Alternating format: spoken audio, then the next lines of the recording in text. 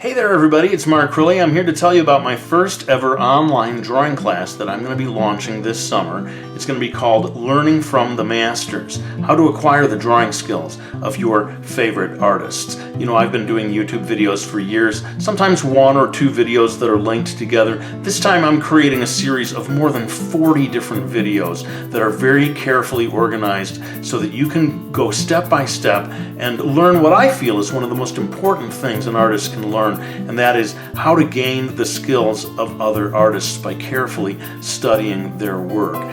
It was a big turning point in my life when I started doing this, and I am eager to kind of give you all the keys to do the same thing in your own artistic lives.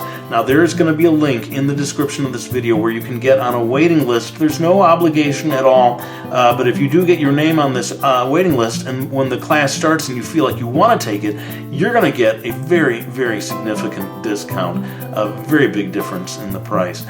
So it is well worth getting your name on that list right now. And many thanks to those of you who choose to do that, because I would really love to be your teacher when this class launches in the summer. So many thanks to those of you who get your name on the waiting list. Like I said, there's a direct link in the description of this video, and I sincerely hope that I can be your teacher in just a couple more months.